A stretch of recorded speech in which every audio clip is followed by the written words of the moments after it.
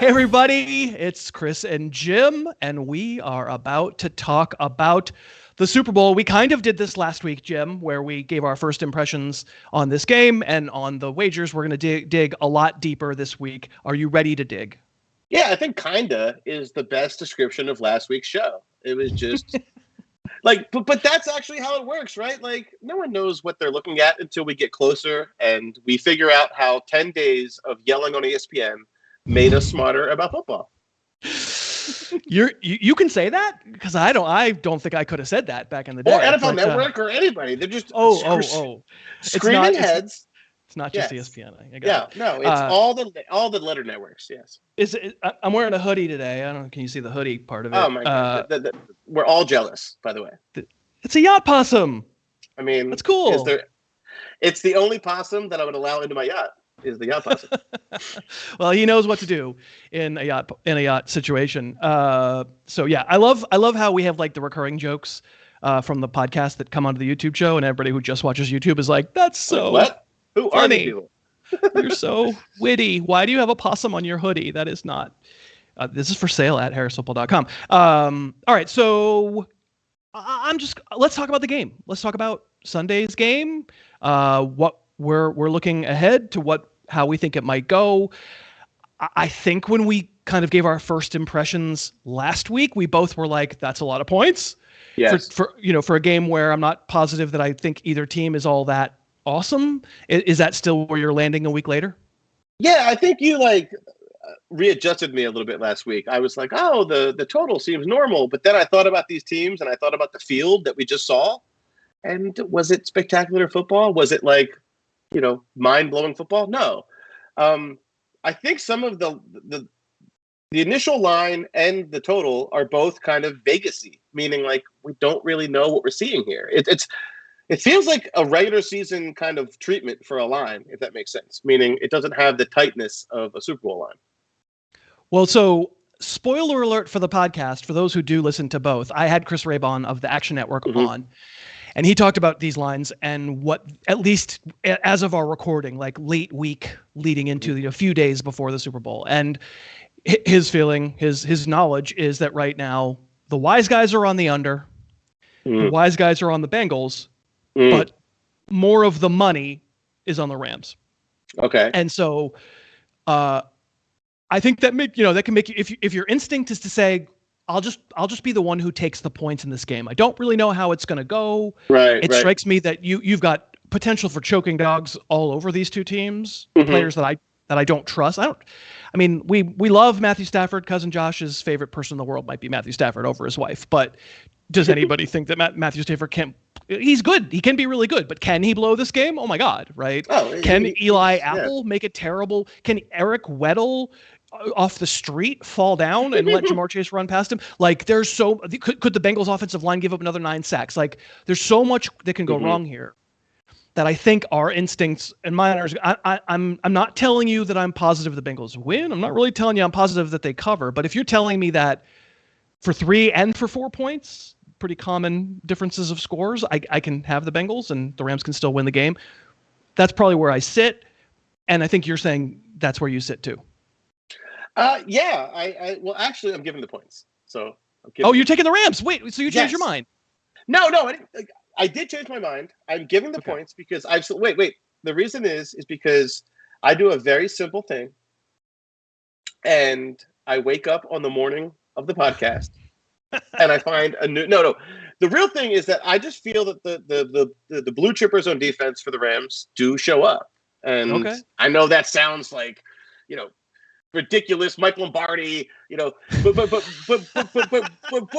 I actually mean is that I really do think the playmakers on that defense are prolific, and I'm not sure another unit in this game is as prepared to do their thing, and thus the under. I really do think this is more of a grind of a game than people.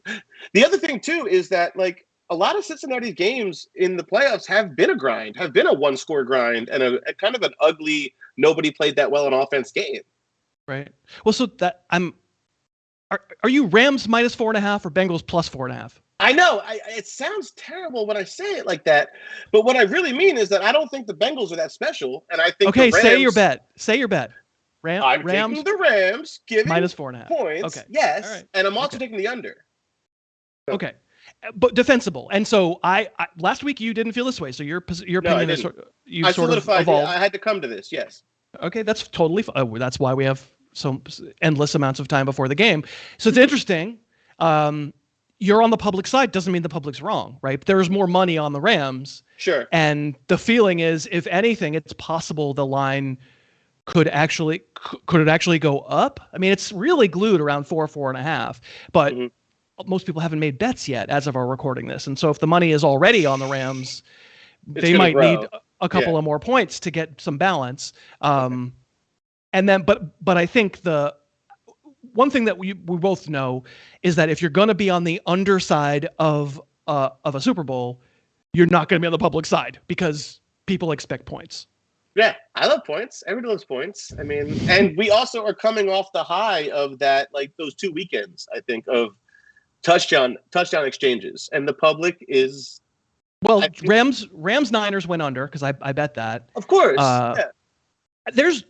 We talked about it last week. 48.5 seemed for a Super Bowl seems a little low. I don't think it's like world historically low. It's not 42, right? But it feels more like what the over under would be in a regular season game. 46 is like your standard. I did a research run. It's like right around 46. It's like right. That's my research run.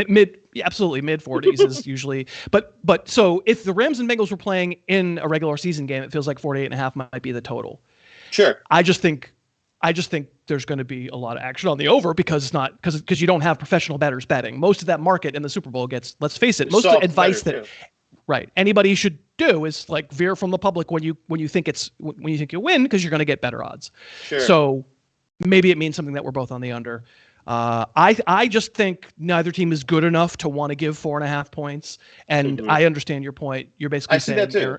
Aaron Donald basically will wreck it. That's my point. Yes. Yeah. It's that simple. Yeah. It's that simple. It really is. All right. Well, so we'll take a break. Let's thank DraftKings one more time for sponsoring, as they've done all season, as they've done all postseason.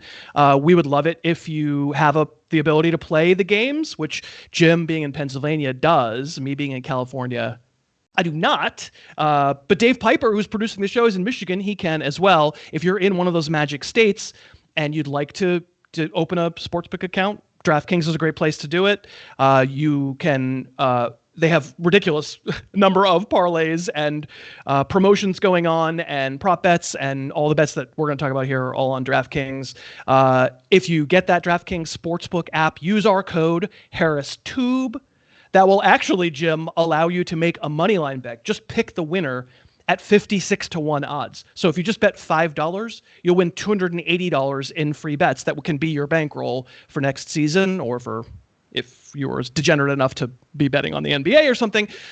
So if you use our code HarrisTube, we'd love it. DraftKings has been a great sponsor. We thank them so much for being with us.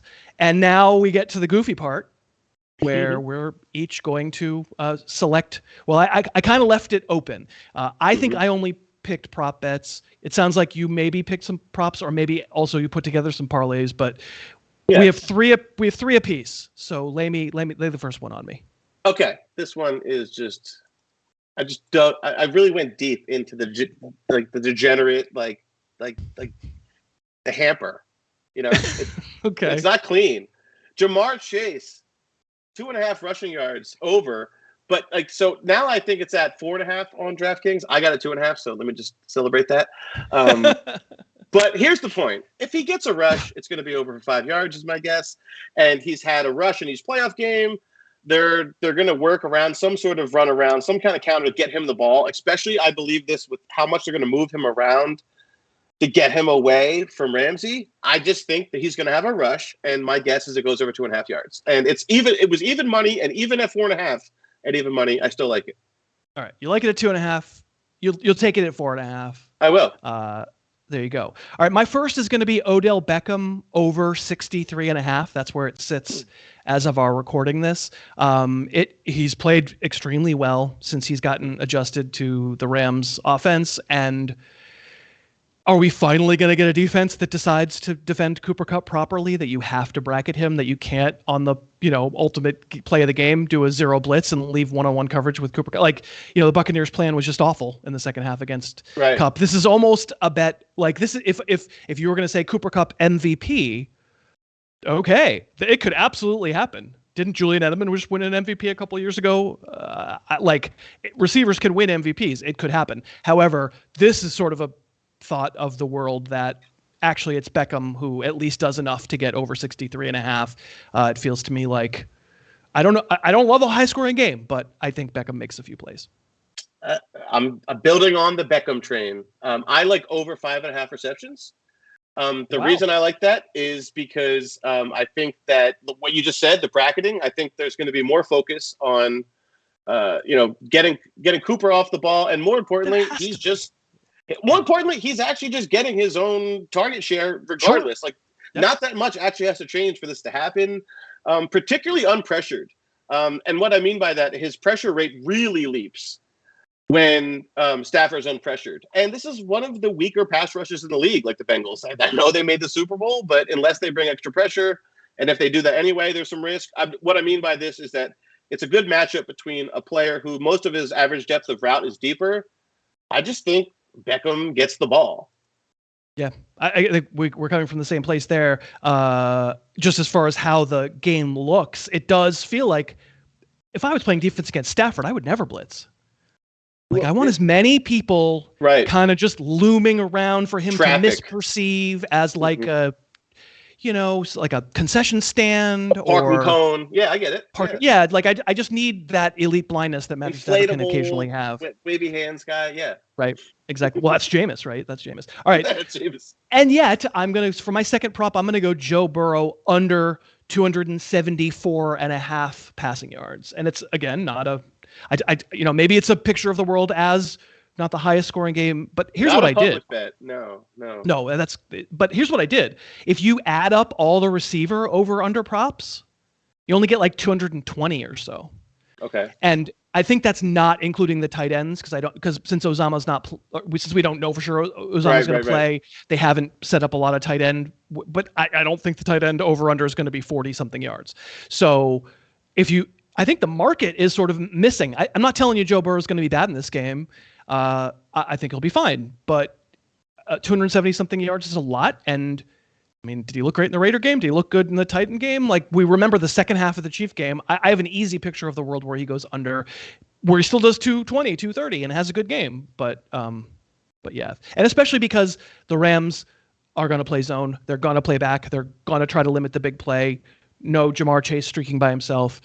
So, if you're on under Burrow, then you're on, fewer big plays than you might suspect. How about one last one from you? I wanted to share my ultimate. First of all, this is a tribute to you, the greatest Boston Celtics fan in the world, right? So when did I text you? I'm like, oh my God, that guy's still on the team. outside of this realm, I just want to let everybody know that all Chris does is talk about the NBA. But in any case, my favorite degenerate prop, and it is available on several sites, is. It's on DraftKings, which is my favorite site. It's not degenerate at all. It is Jason Tatum 3-pointers made versus Rams total touchdowns. Okay, I think it honestly, if you think about it, it's just a smart hedge against if you believe the under. The under's not 1 + 6 + 160. Jason Tatum's making more than 3-pointers. Okay, kids, the new NBA, he's going to shoot 10 threes. In January, who do they play on Sunday? Who do they play? I don't know. Some team. He's going to shoot threes. I don't know. I'm not going to lie to you. I was going to look it up. Not going to lie to you. It doesn't matter, right? Doesn't matter. It's the NBA. You're going to shoot threes. He could be facing the 2004 Pistons. He's shooting 13 threes. Okay? So, and my point is, Easy would money. you rather have 13 shots at a touchdown or a couple? And that's my argument. Easy money, Jason Tatum. It's like I always say when I do all of my voluminous NBA betting, always bet on Jason Tatum. All right, and I have a long shot for you. Kind of weird, but I just think it's a weird line. I was kind of looking just for value. Sure. Sony Michel plus 750 to lead the game in rushing yards. Yeah. Yeah, why not? Cam Akers is plus 110, and Joe Mixon's right around the same. And okay, they should be favored. They're better players, and like they're probably the starters on their team. But I've seen Cam Akers not look awesome since the fumble against Tampa. Like I've seen him not be amazing, right? And if I'm getting like 7 times more money to bet on the possibility that it's actually Sony Michel, because while Sony Michel's fine, just a kind of an everyday back, if the game flow works out where the Rams have a lead, it's possible it's just Michel, unlike Marsha. And at plus 750, it feels like a long shot. It's not that long of a shot, but long shot worth taking. That's fun. I like that one. Yeah. I think there's something, I heard this week, but there's something about like, the fact that Cam Akers is playing is so remarkable, like to me and the public, that we just think it means he's good. And right, that he's back to everything he was, which, there have been moments for sure where he looked fine. Of course, but the actual overall picture is just below league average or league average running back so far. I mean, like, and yards per carry I'm not going to use, but I mean the tape, he's not like the same guy. Right. And so my point is, I think that's a fun bet, like, because the Rams might agree. Yeah. Could happen. I'll just throw in one more little tidbit from the podcast. Raybon said the easiest money on the board is that the person who wins the coin toss is going to defer. I think it's minus 500, so you're not going to make any significant money unless you're willing to bet, your life savings. Don't do that. We don't advise doing that. Please don't do that. No. But but that these teams always defer. So it's what's going to happen. So if you just want a little fun extra thing in a parlay or something, throw in that one as well. Yeah. All right. Well, we did it. We made it through these playoffs. Now we just have to watch this game and be proven right in every single thing we said, except for one of us is going to be around the point spread and one of us isn't. And also we have Yacht Possum merchandise. And one of us is going to be watching the Celtics game on another screen, and it might not be you. So. I think it's safe to say, how many Celtic games have I watched this year? That would be not any. Okay, kids. Well, this was awesome. We would love to hear your feelings. Just tell us who's going to win the game in the comments. Tell us who you like point spread wise or total wise, or your favorite props on the board.